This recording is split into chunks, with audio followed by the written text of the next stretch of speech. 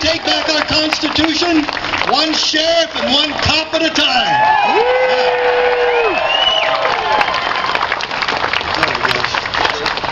I'm getting you there. You're going to be there, man. Thank you. Thank you, Sheriff. Good job.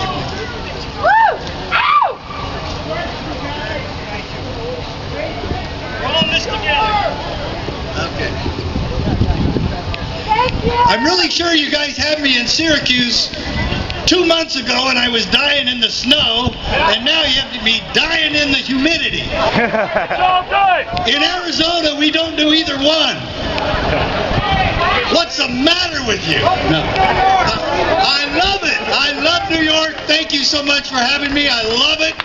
And I love every bit of it. I love every drop of sweat that has fallen today. Fantastic. No problem. One of the reporters asked me what I was doing here today. Why I came all the way from Arizona to be with you. I'm not from New York. And I said, well, we're all Americans, and we all came here for one reason. It's the same reason, the last words out of William Wallace's mouth. Freedom! That's it. It's a simple deal. It's a simple deal.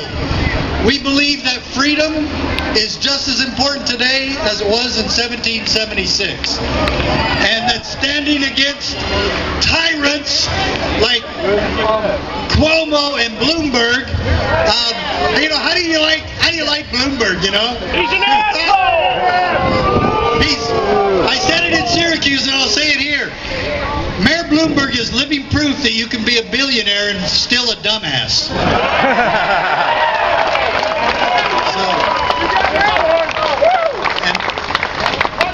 And so it's wonderful that we can see history repeating itself. We just come full circle, all the way back to the original tyranny that started the Revolutionary War.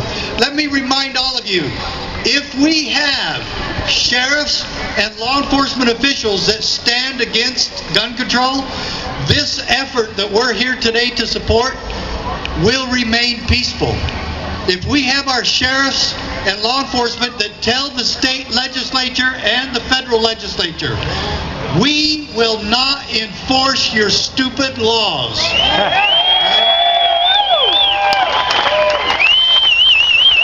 But if you have a police force that is entirely trained just to follow orders, then we're in trouble. And so we've got to understand there was one thing that happened in American history only about 50, 60 years ago that is one of the greatest lessons we could ever learn. And that is Rosa Parks. What did Rosa Parks do? She stood against stupid laws. Now, when Rosa Parks was arrested for failing to give her seat to a white man, we should have never heard of that. You know why? Because two peace officers that swore an oath to uphold and defend the Constitution walked up to her, and instead of arresting her, we had Oath Keeper sheriffs and Oath Keeper officers. If that had happened, Rosa Parks would never have been arrested. You see, we would have never heard of Rosa Parks. And that's the same way we can nullify and never hear of the SAFE Act, because we have peace officers who swore an oath in God's name to uphold and defend the Constitution that refuse to go along with stupid laws. Now, so this is the way it should have happened. You'd have had somebody like Sheriff Capinelli and one of his deputies walk up to Rosa Parks and said, "Ma'am, what seems to be the problem here?" And she looks up really scared. She goes, "Why can't we be left alone?" Do any of you feel like that? Why can't we just be left alone? We are not criminals. So just like with Rosa Parks, they created a criminal. That's what they want to do to all of us, as you've heard today. Instead, this good sheriff, like Sheriff Capinelli, sits down next to her, reaches over and shakes her hand and says, "Ma'am, what you did here today took a lot of courage, and it would be an honor for my deputy and me to escort you home safely." That's the type of sheriff you want in your county.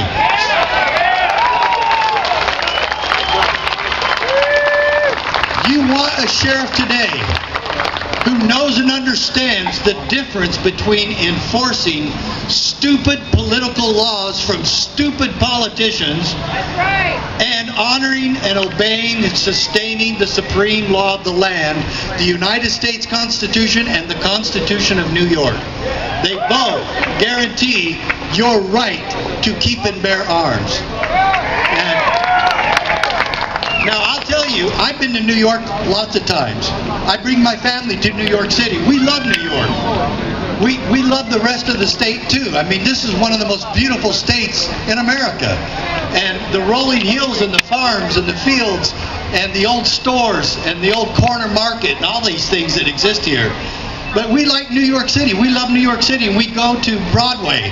And you know, I went into a play about 10 years ago on Broadway, and there's this song going on in there, and it said, "Do you hear the people sing? Singing the song of angry men? It is the music of a people who will not be slaves again."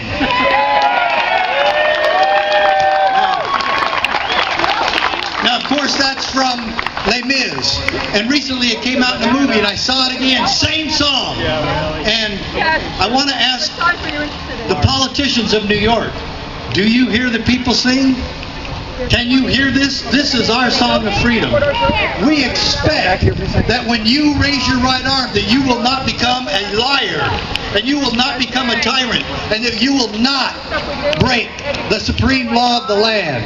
You have placed yourself in a position of now becoming the ultimate lawbreakers, now putting us in the position having to decide whether we go against that law or we support the supreme law of the land.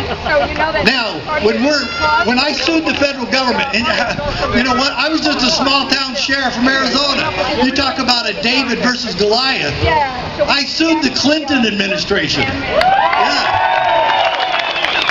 Now, some of you might not know this, but this whole case took twists and turns. But you need to remember, two small town sheriffs, Sheriff Prince from Montana, myself from Arizona, went all the way to the United States Supreme Court, and we kicked their butts. And we won. But my first judge, the first judge that heard the case, was Judge John M. Roll. Now, he was murdered 2.5 years ago, January 8th, 2011, in Tucson, Arizona. He was the judge who said, "Congress, you exceeded your authority when you implemented and passed the Brady Bill, thereby impermissibly encroaching upon the powers retained by the states pursuant to the 10th Amendment."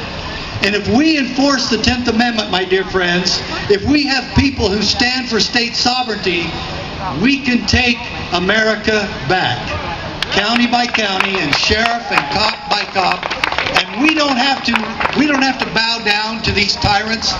Let me ask you, do we support the supreme law of the land or these stupid laws that are made in here? I mean, it's ridiculous. Why would we support any of this? We have some sort of obligation to go along with people who violate the Constitution? No, of course not. Well, one other little thing about Judge Roll. This is what he said in my case. He said, Sheriff Mack is forced to choose between keeping his oath or obeying the law, subjecting himself to possible sanctions. You see, he got it. No wonder they got rid of him. But Judge John M. Roll was a good man who stood by the Constitution and stood against his own boss, telling them they violated the law. When they violate the law, we have no obligation to have these fine officers and Sheriff Campanelli and others go along. Now I have to make an announcement. On May 31st, you're all welcome to attend our Constitutional Sheriffs Peace Officers Association Convention in St. Charles, Missouri. Sheriff Campanelli is coming. Sheriff Lowry is coming. We've had some other sheriffs that tried to get there and they couldn't make it. But I want you to, after you get home today, call your sheriff and tell him you want him to come to this convention. All of you are welcome, okay? You're free. If you get there, you're free. We'll have everything free. Meals, everything. You're welcome to come. May 31st, St. Charles, Missouri. You're all welcome to attend. St. Charles, Missouri, May 31st at the Ameristar. And I'll tell you what, we have sheriffs from all over the country. Do you want me to tell you who our Sheriff of the Year is? Sheriff David A. Clark Jr. from Milwaukee. He's doing just the opposite of Bloomberg and Cuomo. He told the people of Milwaukee, you better be armed because we can't be there in time to save you. And I want all of you to come and shake his hand.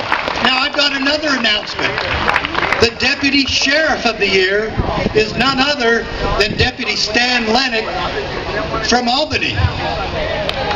He was the one that was in the airport, and he told the airport people and the airport authority to go back to their office and leave these people alone. They wanted to arrest 2 people who were passing out flyers. That was their only crime, was passing out flyers. And Deputy Lennox said, no, you're not going to violate their constitutional right. They have a constitutional right to be here.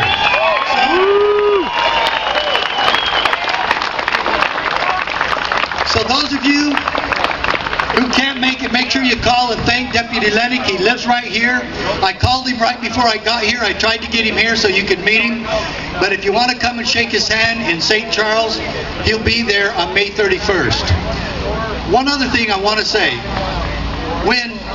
When they sang in Les Mis, how much time? 2 minutes.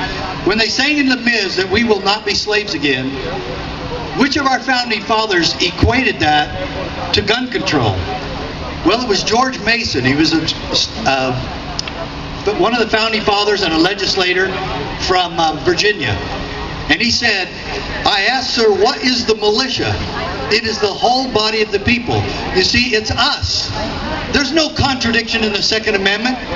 When it says the right of the people shall not be infringed to keep and bear arms, it was just telling us that we, the people, are the militia. And of course we are. We always have been. And then he said, George Mason added, to disarm the people is the best and most effectual way to enslave them. Mayor Bloomberg, Governor Cuomo, we will not be disarmed. We will not be slaves again.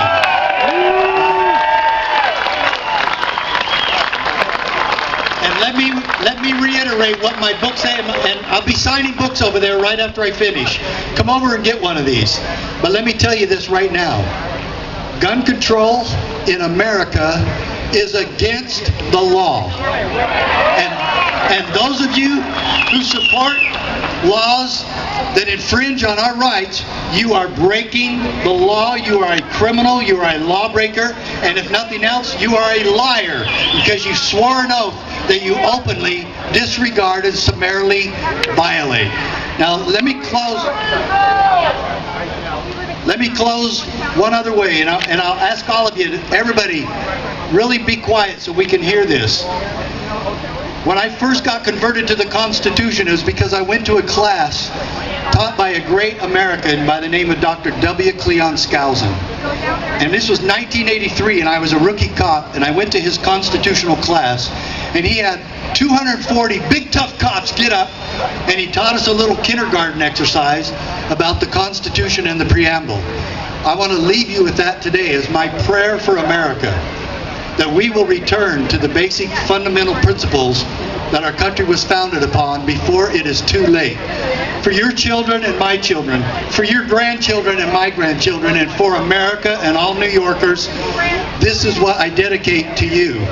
And this little political prayer goes like this. We